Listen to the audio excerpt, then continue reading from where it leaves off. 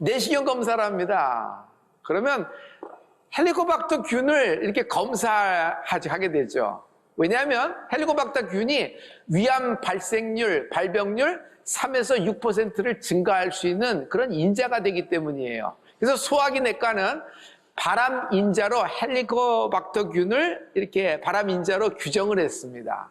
그래서 위암 환자나 또는 직계 가족인 경우 이 헬리코박터균의 박멸 치료가 큰 도움이 된다는 것입니다. 이것으로 노벨 의학상을 받았어요. 포인트가 뭘까요? 무증상이라는 겁니다. 헬리코박터균이 여기서 아무리 기승을 부려도 나는 무증상이라는 것이에요. 성도 여러분, 죄의 무증상이 있어요. 죄의 무증상. 지금 비껴갔다고 해서 영원히 지나간 것이 아니다. 시간 문제예요. 반드시 나타나게 돼 있어요. 여러분, 이거 반드시 처리해야 됩니다. 사랑하는 성도 여러분, 회개, 우리가 회개라는 말을 들으면 굉장히 딱딱해지고 좀 방어적이 되고 움츠러드는 건 사실입니다. 그러나 말이에요, 이런 감정을 한번 놓아보세요. 회개는요, 축복입니다. 회개는요, 세컨 찬스예요. 회개를 통하여 하나님이 날 소생시키신다. 여러분, 천지지간 만물지 중에 나를 소생시킬 존재가 있을까요? 물질이 나를 소생시킨다 그래요. 어떤 울타리가 나를 소생시킨다 그래서 철석같이 믿었어요. 그 사람만, 그 단체만, 그 조직만 믿은 거예요. 직장이 한 등급 올라가는 것이, 그 학교 졸업장이, 그 라이센스가 나를 소생시킨다고 믿었어요. 그러나 그렇지 않습니다. 오직 하나님만이 날 소생시키신다. 나는 하나님의 자녀입니다. 자녀이면 상속자, 하나님의 상속자, 그리스도와 함께한 상속자입니다. 여러분, 이것을 어려운 히브리 말로 해주실래요? 자녀이면 야라시, 하나님의 야라시, 그리스도와 함께한 야라시, 이것이 나의 소속입니다. 이 소속이 나를 길게 연장시키는 힘이 되는 것입니다. 이 힘이 뭘까요? 회개가 힘입니다. 회개가 나를 소생시키시는 능력입니다. 할렐루야. 십자가 행진이에요. 예수님이 피투성이가 된 채 간신히 십자가를 들고 지고 오시다가 중간에 딱 넘어지셨어요. 더 이상 일어날 힘이 없다는 것을 로마 병정도 알고 옆에 있는 한 사람을 지목하고 그에게 예수님의 십자가를 짊어지게 합니다. 여러분, 이 사람이 누구냐면 구레네에서 온 시몬입니다. 시몬은요, 자신이 자원해서 진 것이 아니에요. 억지로 진 것이에요. 실은 날벼락의 십자가입니다. 그런데 과한 보세요. 골고다로 가는 중에 절반은 예수님이 지고 오셨지만 그 절반은 시몬이 지고 가는 것입니다. 이 장면이 마가복음의 디테일이 살아있거든요. 마가복음 15장 21절의 말씀입니다. 우리 이 말씀을 다 같이. 마침 알렉산더와 루포의 아버지인 구레네 사람 시몬이 시골로부터 와서 지나가는데 그들이 그를 억지로 같이 가게 하여 예수의 십자가를 지우고. 억지로라는 말이 있어요. 거기 NIV 영어 성경을 보면 forced him to carry the cross. 여러분, 예수님의 십자가를 억지로 강제로 짊어지게 했다는 얘기입니다. 사랑하는 성도 여러분, 억지로 진 시몬의 십자가, 억지로 진 시몬이 진 억지로 진 십자가는 축복이다. 축복이다. 우리도 신앙생활을 할 때 억지로 짊어지는 경우가 있어요. 내가 자원해서 짊어진 거 있습니다.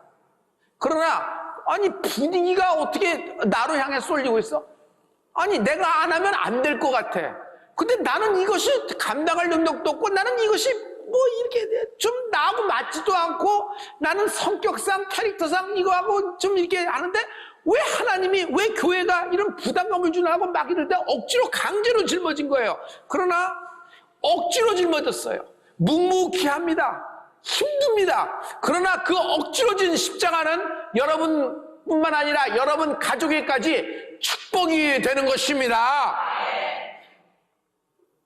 여러분, 시몬은 하나님의 아들 예수 그리스도의 십자가를 진 겁니다. 실은 창세기에 보면은요, 여러분 창세기 1장에서부터 쭉 보면 예수님이 나와요. 여인의 후손에 대한 얘기가 또 나옵니다. 결국 여러분, 하나님의 계시가 있잖아요. 하나님의 아들 예수 그리스도가 이 땅에 오셔서 진 십자가, 그 십자가를 첫 번째 같이 진 사람이며, 그리고 마지막 사람이 누가 돼요? 그 시몬이 되는 거예요. 결국 그것이 자기에게 축복이 됐지만 당사자인 시몬에게만 축복이 된 것이 아니라 시몬의 가족 전체까지 이 축복의 능력이 임한다. 나는 상속되었다고 생각해요. 할렐루야. 여러분, 이 상속의 장면이 마가복음과 로마서의 두 말씀을 비교해 보면 정확히 여러분 어떻게 진행되는지를 알 수 있어요. 여러분, 우리 이 말씀을, 우리 마가복음은 이미 읽었으니까 로마서를 한번 다 같이 읽어보죠. 우리 로마서를 다 같이. 주 안에서 택하심을 입은 루포와 그의 어머니에게 문안하라. 그의 어머니는 곧 내 어머니니라. 예, 저 말씀을 그대로 놔주세요. 그 말씀을 보죠. 여러분, 거기 보면 아들의 이름이 마가복음에 다 나와요. 알렉산더와 루퍼래요. 그런데 로마서에 루퍼가 다시 나와요. 그리고 그의 어머니에게 문안하라. 그런데 루퍼의 어머니가 누구예요? 시몬의 아내가 되잖아요. 시몬의 어머니나, 그러니까 시몬의 아내나, 여러분 또 루포나 그의 그 시몬의 아들이죠. 둘 다 예루살렘 교회에서, 초대교회에서 유명한 사람이 되었다는 거예요. 그리고 또 하나는 뭐예요? 그의 어머니는 곧 내 어머니라. 사도 바울의 고백이에요. 사도 바울은 로마서에 시몬의 아내는 나의 영의 어머니라고 고백하고 있어요. 감사합니다. 됐어요. 그러면 이것을 종합해 보면 여러분 쉽게 결론에 도달할 수 있어요. 여러분, 밥 한 끼 이렇게 같이 먹은 사람을 그냥 넉살이 좋아서 어머니 하는 이런 분위기가 아니에요. 기도하는 어머니, 나에게 신앙적으로 결정적인 도움을 준 어머니, 항상 내 뒤에서 기도해주는 영의 어머니가 있다. 그것이 루포의 어머니, 즉 구레네에서 온 시몬, 억지로 진 십자가의 아내, 그 아내가 나의 어머니가 되었다. 사도 바울이에요. 사도 바울, 오직 믿음을 얘기한 사도 바울의 영의 어머니가 됐다는 건 여러분 상상할 수도 없는 정말 엄청난 일이 벌어졌죠. 이게 어떻게 해서 이런 일이 생긴 걸까요? 억지로 진 십자가는 당사자인 나뿐만 아니라 여러분 가족 전체 축복이 된다. 십자가의 능력은 날 소생시키신다. 시몬은 억지로 졌습니다. 여기서 이제 챕터를 한번 확 넘겨보기를 원해요. 그럼 시몬이 억지로 졌다면 그럼 원래 그 십자가는 누가 졌어야지 흐름이 맞을까요? 아브라함이 지는 게 맞을까요? 모세가 지는 게 맞을까요? 다윗이 지는 게 맞을까요? 저는 어나더 시몬, 또 다른 시몬이 져야 된다고 생각했습니다. 예수님은 그가 흔들릴 때마다 그의 본명을 불러줬어요. 원래 주님이 지어주신 이름은 너는 반석이라 개바라, 베드로라는 이름을 줬지만 그가 갈 때처럼 흔들리고 막 그럴 때 그의 이름을 불러줬어요. 그의 이름이 뭐예요? 원래 이름이 시몬이에요. 시몬. 시몬아 시몬아 하고 불러줬어요. 이름이 같잖아요. 여러분, 이름이 같다는 데서 여러분 저는 뭔가 거기서 기도하면서 이게 뭔가 있지 않을까라는 생각할 때 나하고 이름이 똑같은 사람이 있다면 그것만 해도 놀랄 텐데 어떤 결정적인 사건에 그의 이름과 그의 등장을 보면 저는 무슨 생각하냐면 이렇게 생각할 것 같아요. 그 자리가 내 자리 아니었어 혹시? 이런 느낌도 받지 않겠어요? 혹시 다른 신학자가 이것에 대해서 얘기한 사람이 있는지 없는지는 모르겠지만 제가 알고 있는 한 이 이름의 라임을 갖고 얘기하는 것은 어떻게 여러분에게 잘 전달됐으면 좋겠어요. 오직 마가복음에만 여러분 이 시몬의 이야기가 디테일이 살아있어요. 이 구레네 시몬의 이야기는 마태복음에도 누가복음에도 있다. 그러나 거기에는 그들의 아들의 이름이라든지 뭐 이런 것이 없어요. 오직 마가복음에만 쭉 있는 것을 봐요. 자, 이 세 복음서를 동일한 장면을 한번 복음서를 비교해 놓고 볼게요. 이 세 장면을 보세요. 여기를 보면은 맨 왼쪽에 마태복음과 맨 끝에 누가복음에는 여러분 가족의 이름들이 나오지 않아요. 하지만 마가복음을 보면 저는 무슨 생각이 드냐면요. 우리 그 주민센터에 가면 가족관계 서류 띈 적 있죠. 저는 가족관계 서류 보는 것 같아요. 아, 시몬 얘기만 하면 됐지? 아들의 이름 알렉산더도 나오고 루포도 나와. 그리고 물론 시몬의 이름 나오고 억지로 나오고 가족관계 서류가 이렇게 쫙 나오는 것을 볼 수 있어요. 왜? 그리고 그의 그 아내가 사도 바울의 어머니가 됐다 그러잖아요. 여러분, 실은 마가복음을 무슨 복음이라 그러면 베드로 복음이라 그럽니다. 마가는 베드로를 쫓아다녔어요. 그래서 베드로의 전술, 베드로의 기술, 베드로의 그 구술이 마가복음에 결정적인 영향을 많이 줬다고 생각해서 다른 말로 베드로 복음이라는 이야기도 우리는 가끔 하거든요. 그러면 베드로하고 굉장히 연관이 있을 거예요. 실은 전날 밤 베드로는 계집종 앞에서 3번 예수님을 부인하였다. 그리고 닭이 우는 순간 예수님이 하신 말씀이 생각나서 밖에 나가서 통곡을 하겠다는 것을 여러분 기억하죠? 베드로는 그때 뭐예요? 여러분 돌이킬 기회를 잃어버렸었죠? 이번에는 예수님의 골고다 행진에 있어서 멀리 떨어져서 혹시 자기 얼굴이 보일까봐 멀리 떨어져서 숨어서 그 장면을 지켜보지 않았을까? 그 장면을 지켜봤던 지켜보지 않았던 베드로는 한 가지 잃은 게 확실하다. 뭘 잃었냐면 기회를 잃어버렸어요. 만회할 기회를 잃어버렸어요. 왜? 회개할 용기가 나지 않았으니까. 베드로는 수제자입니다. 모든 사람이 줄을 버릴지라도 나는 줄을 버리지 않고 끝까지 가겠다고 얘기한 사람이 베드로예요. 그 자리에서 예수님이 쓰러졌을 때 십자가를 짊어져야 될 사람이 있으면 당연히 예수님이 수제자 베드로 아니겠어요? 시몬 아니겠어요? 또 다른 시몬? 그가 돼야 되지 이야기의 흐름이 맞지 않겠어요? 그런데 베드로는 회개할 용기가 없었다. 그러나 로마에서 베드로는 완전히 다릅니다. 시몬의 모습이 아니에요. 다른 모습이에요. 주여 어디로 가시나이까?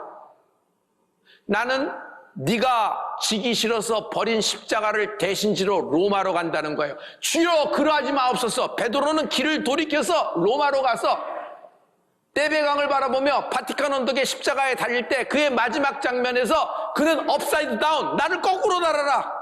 나 같은 죄인이 예수님과 같은 포지션으로 달릴 수가 없다.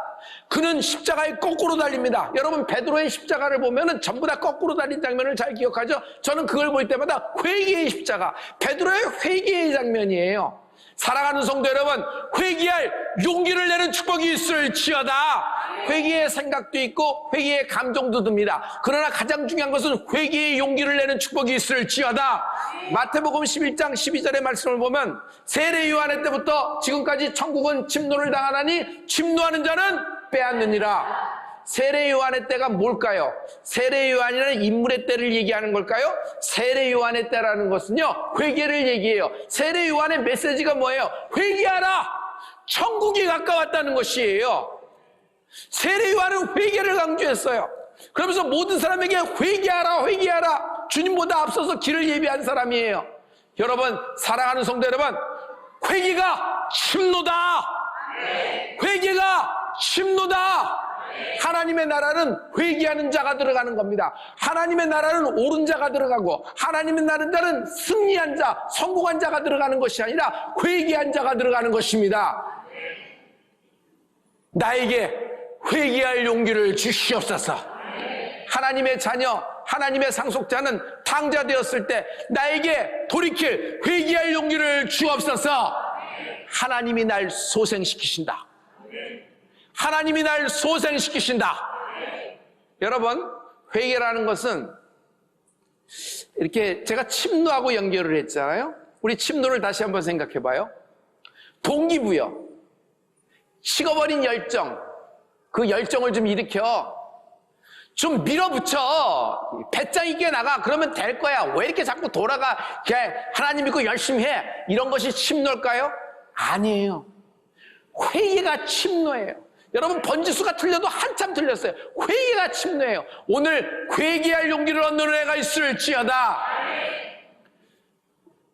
일생에서 한 번은 헌법을 읽어라는 책의 뒷부분을 제가 읽었습니다.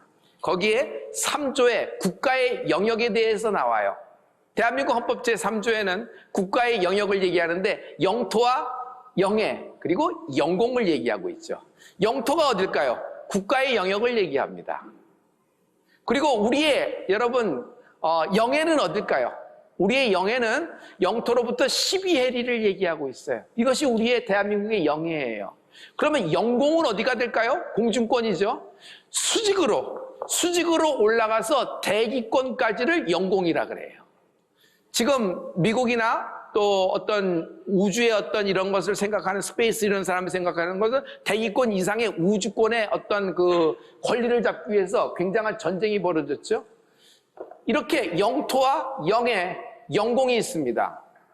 그래서 제3조 헌법에 보면은 대한민국 헌법에는 주권과 통치권이 이 영토와 영해와 영공에 있음을 얘기하고 있습니다. 우리나라 헌법에 보면 굉장히 특이한 것이 있는데 대한민국 영토에는 북한도 포함되어 있다. 대한민국 헌법에는 북한도 포함되어 있다. 제가 이것을 보고 깜짝 놀랐어요. 그런데 현실적으로 생각해 보죠. 북한이 우리의 영토에 포함되어 있으나 실은 우리의 주권과 통치권이 영향력을 발휘하고 있습니까? 못하고 있습니까? 전혀 못하고 있어요. 왜냐하면 38선이라는 저주의 사슬이 가로막힌 거예요. 여러분 다니엘이 바벨론에서 다니엘이 페르시아에서 기도했을 때 여러분 하늘의 공중권세가 막았죠? 결국 미가엘 천사장까지 합류하면서 어떻게 돼요? 그것을 딱 뚫고 다니엘에게 그 응답이 딱 임하는 날이 21일이 되는 축복이 임하는 은혜가 있을지어다. 여러분 우리가 기도할 때 이런 저항이 있는 건 사실입니다. 그러나 예수의 십자가, 예수님의 보혈, 예수의 피는 저주를 뚫는다. 철문을 뚫는다. 이것이 십자가의 능력이고 이것이 십자가의 신비고 이것이 십자가의 은혜입니다. 십자가의 능력은 날 소생시키신다. 하나님은 날 소생시키신다. 할렐루야. 불안합니다. 두려움이 있어요. 중독, 공황, 암, 가난해요. 빚이에요. 빚. 계속 빚 갚느라고 정신이 없어요. 이렇게 끝나는 것 같아요. 근데 이 모든 잡다한 모든 문제를 뚫고 나뿐만이 아니라 나의 가족까지도 소생시키는 힘이 십자가에 있다. 오늘 여러분 중에 억지로 끌려온 시몬과 같은 사람이 있으나요? 여러분 억지로 끌려왔지만 복음으로 소생할 줄 믿습니다. 할렐루야. 저는 순수하라는 말을 많이 하죠. 순수하라. 순수는요 내가 원한다고 해서 자연적으로 내게 생겨나는 것은 아닙니다. 하나님이 주셔야 순수해질 수 있는 것입니다.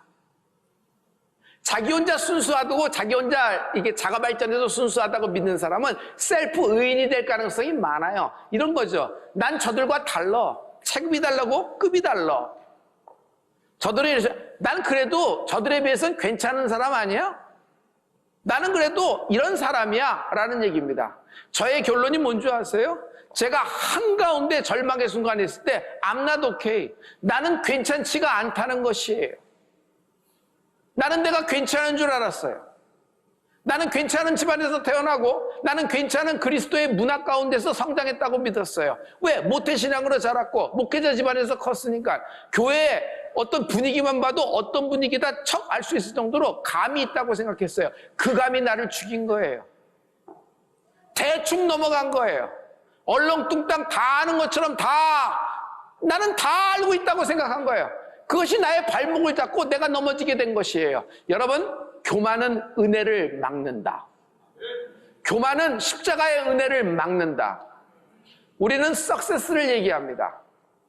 그러나 교회는 석세스, 성공을 말하는 곳이 아닙니다.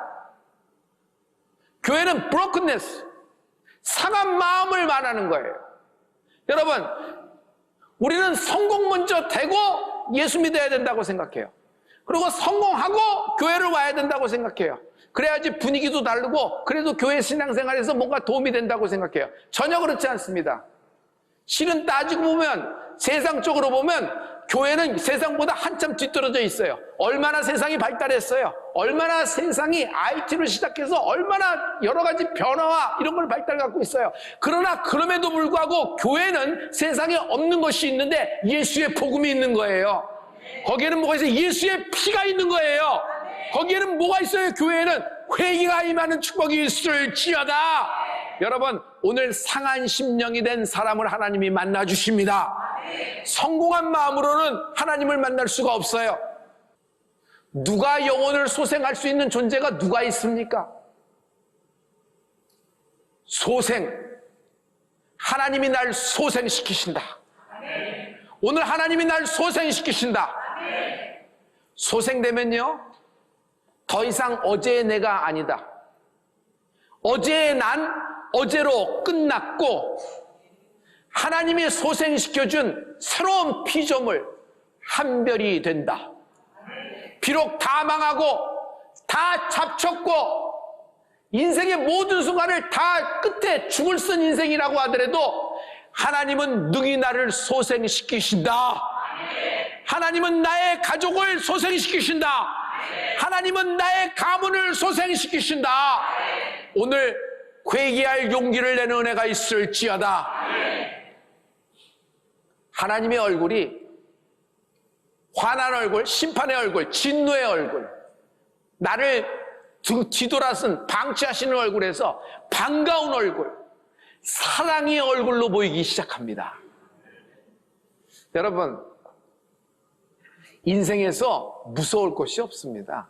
질병과 환난, 문제와 가난, 뭐 여러 가지가 많지만 관계에 실은 이 모든 것이 문제라고 하지만 문제가 안 됩니다. 왜 그런 줄 아세요? 아니, 무슨 걱정이 그렇게 많아요? 이 나이에. 못 경험한 거예요? 다 경험했던 것이 돌아오는 거 아니겠어요? 그러니까 그렇게 큰 문제가 없습니다. 그냥 뚫고 나가면 되는 거예요. 솔직히 가장 무서운 문제, 가장 무서운 환난, 가장 무서운 고난이 뭔 줄 아세요? 가장 무서운 시험이 뭔 줄 아세요? 죄의 결과로 오는 환난이 무서운 거예요. 죄의 결과로 오는 시험이 무서운 거예요. 죄의 결과로 벌어지는 상황이 무서운 거예요. 지금은 비껴갔다고 해서 영원히 지나간 것이 절대로 아니에요. 부메랑처럼 반드시 돌아와 나를 명중하는데 이것은 반드시 처리돼야 돼요. 여러분, 하나님은 누구세요? 죄사할 수 있는 권세가 있으신 분이에요. 우리는 하나님의 자녀입니다. 아버지께 이야기해야 돼요. 솔직하게 얘기해야 돼요. 이거 저거 상황 기승전결해서 여러분 이론적으로 이성적으로 기가 막힌 리포트를 내고 PPT를 해서 많은 사람의 여론을 형성한들 뭐가 바뀌겠어요? 바뀌는 건 하나도 없어요. 친하니까 동조하고 끄덕여주는 거지. 그래서 그 사람 나쁘다고 얘기해도 안 돼요. 왜냐하면 그것이 인간의 한계예요. 더 이상 어떻게 하겠어요? 그런데 하나님은 어떠신 분이에요? 나와 공감하실 분도 아니라 나를 소생시켜주는 분이에요. 여러분, 회개라는 법칙을 사용하는 것이 아니에요. 회개라는 어떤 지혜를 사용하는 거고, 회개하면 이렇게 될 것이니까 이걸 통과해야 된다, 대충 해서 넘어가는 것이 회개가 아니에요. 여러분, 오늘 내 영이 회개가 시작되는 축복이 있을지어다. 회개의 용기를 잡는, 회개의 용기를 내는 은혜가 있을지어다. 교만은 은혜를 막습니다. 교만의 자리, 오만의 자리에 있어요. 거만의 자리에 있어요. 난 달라. 난 저들과 체급도 다르고 같은 상에서 겸상할 장도 아니고 당신과 뭐 이렇게 차 마실 사람도 아니야. 달라. 그러나 예수 믿으니까 하는처럼 그냥 뻥하고 맞았는데, 그냥 뻥하고 맞았는데 내게 벌어진 상황은 내가 감당할 수 없는 상황이 벌어졌어요. 여기서 이것이 옳고 저것이 옳고 따져봤자 아무 소용없더라고요. 그러나 마지막 순간에 방바닥을 긁으면서, 내 손톱을 방바닥 카펫을 긁으면서 대굴대굴 긁으면서 1시간, 2시간만 세월이 시간이 많이 지날도록 그렇게 기도하고 회개하고 하는데 하나님이 나를 소생시켜 주신 것입니다. 여러분, 이것은 나의 체험이며 나의 간증입니다. 회개할 용기를 내는 은혜가 있을지어다. 회개의 용기를 내는 은혜가 있을지어다.